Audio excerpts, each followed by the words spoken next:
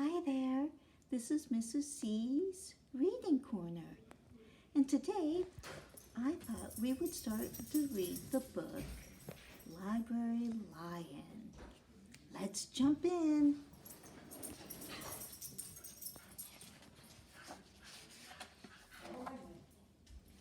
One day, a lion came to the library. He walked right past the circulation desk and up into the stacks. Oh, there he goes. Mr. McB ran down the hall to the head librarian's office. "Miss Merriweather," he called.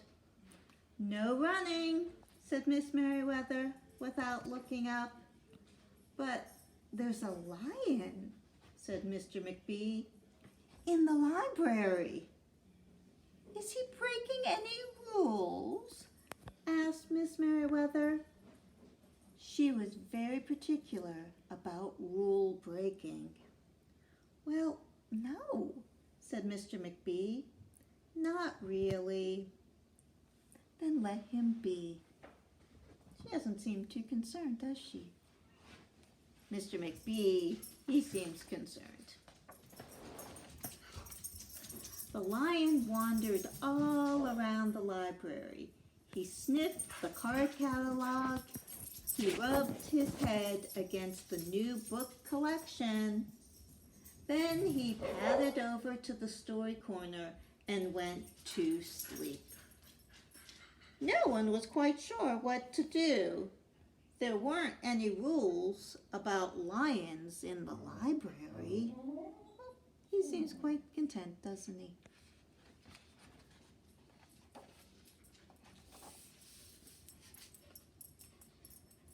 Soon it was time for story hour. There weren't any rules about lions at story time either. The story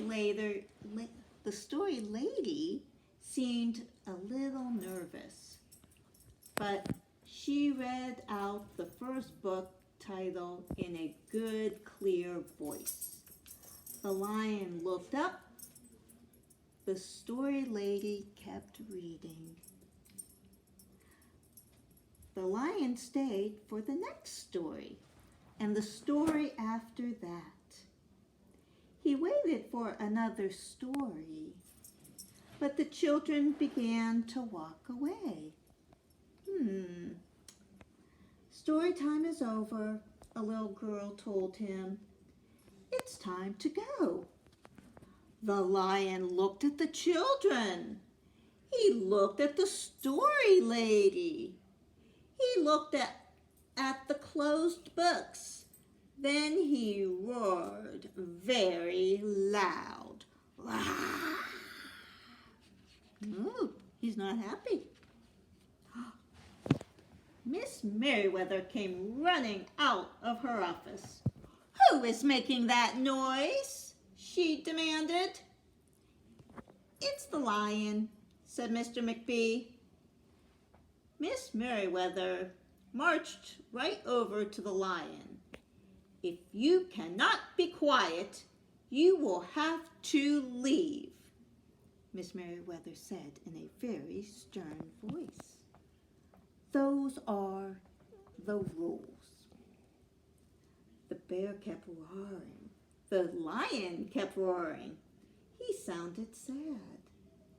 The little girl tugged on Miss Merriweather's dress. "If you promise to be quiet, can he come back tomorrow for story time?" she asked. The lion stopped roaring.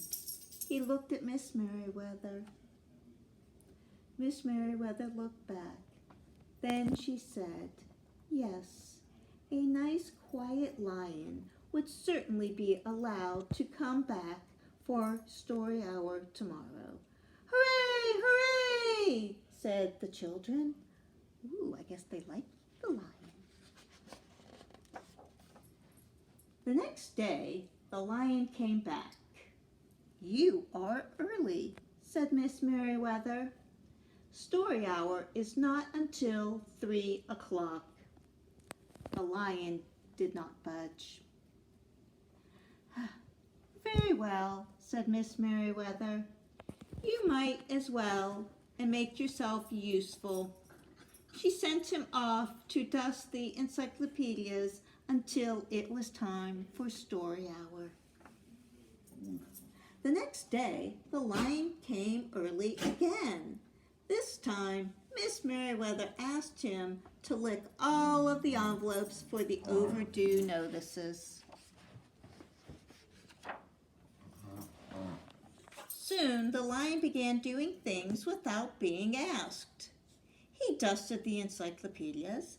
He licked the envelopes. He let small children stand on his back to reach the books on the highest shelves. Then he curled up in the story corner to wait for story hour to begin. Wow, he's a helpful lion. At first, the people in the library were nervous about the lion, but soon they got used to having him around. In fact, he seemed very well suited for the library. His big feet were quiet on the library floor. He made a comfy backrest for the children at story hour, and he never roared in the library anymore. "What a helpful lion," people said. They patted his head as he walked by. "How did we get along without him?" Mr. McB scowled when he heard that. They had always gotten along just fine before a lion. No lions were needed. Mr. McB thought. He could not understand the rules. They did not belong in the library. Lions do not belong in a library. He's being so helpful. He has a basket of books for the children. One day, after he had dusted all of the encyclopedias and licked all the envelopes and helped all the small children, the lion padded down the hall to Miss Merriweather's office to see if there's anything else to do. There was still some time left before story hour. "Hello, Lion," said Miss Merriweather. "I know something you can do. You can bring a book back into the stacks for me. Let me just get it down from the shelf." Miss Merriweather stepped up onto the step stool. The book was just out of reach. Miss Merriweather stood on her tippy toes. She stretched out her fingers. "Almost there," she said. Then Miss Merriweather stretched a little too far. Oh dear. Oh my goodness. "Ouch," said Miss Merriweather softly. She did not get up. "Mr. McB," she called after a minute. "Mr. McB." But Mr. McB was at the circulation desk. He could not hear her calling. "Lion," said Miss Merriweather, "please go and get Mr. McB." The lion ran down the hall. "No running," Miss Merriweather called out to him.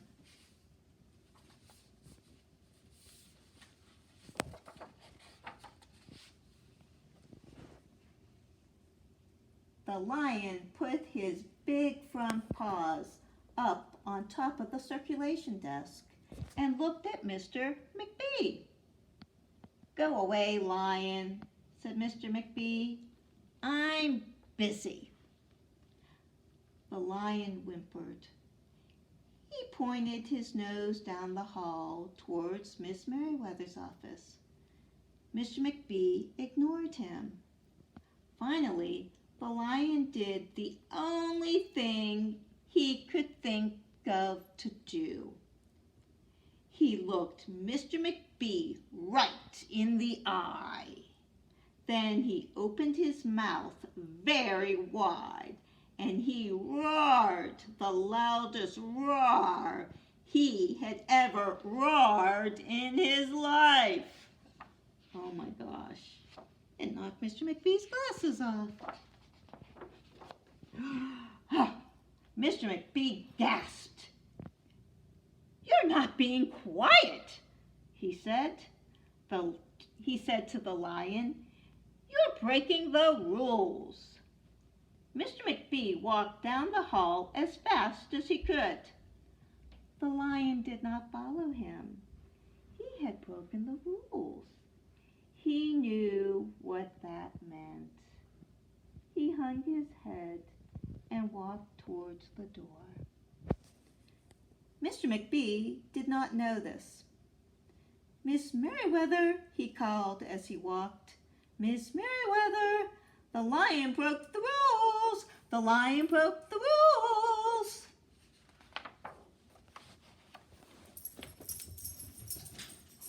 Mr. McBee burst into Miss Merriweather's office. She was not sitting in her chair. "Miss Merriweather?" he asked. "Sometimes," said Miss Merriweather from the floor behind the desk, "there is a good reason to break the rules, even in the library. Now, please go call a doctor. I think I have broken my arm." Mr. McBee ran to call a doctor. "No running," Miss Merriweather called after him. Oh, there she is.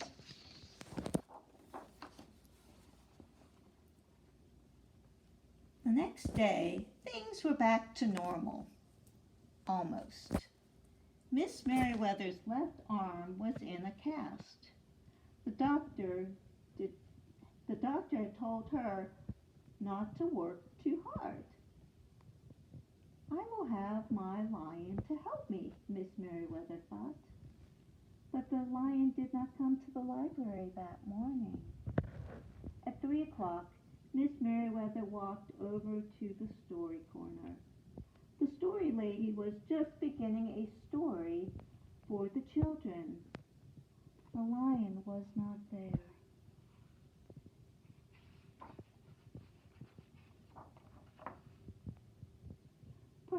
People in the library kept looking up from their books and computer screens, hoping to see a familiar furry face.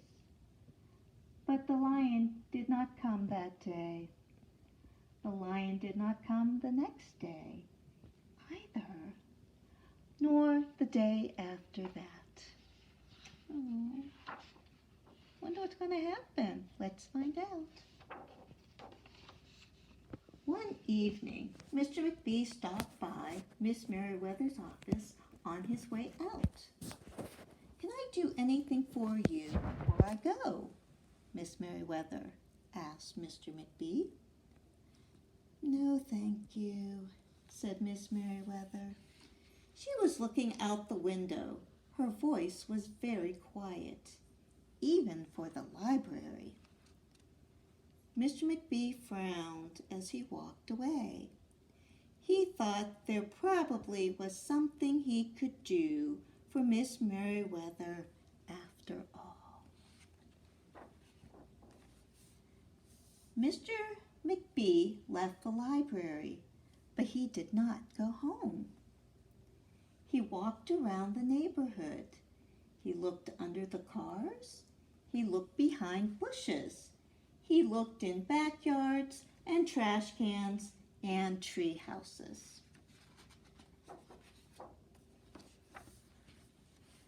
Finally, he circled back to the library. The lion was sitting outside, looking in through the glass doors. "Hello, Lion," said Mr. McBee. The lion did not turn around. "I thought you might like to know," said Mr. McBee. "There's a new rule in the library. No roaring aloud unless you have a very good reason. Say, if you're trying to help a friend who has been hurt, for example." The lion's ears twitched. He turned around, but Mr. McBee was already walking away. The next day, Mr. McBee walked down the hall to Miss Merriweather's office. "What is it, Mr. McBee?" asked Miss Merriweather in her new, sad, quiet voice. "I thought you might like to know," said Mr. McBee, "that there's a lion in the library." Miss Merriweather jumped up from her chair and ran down the hall. Mr. McBee smiled. "No running," he called after her. Miss Merriweather didn't listen.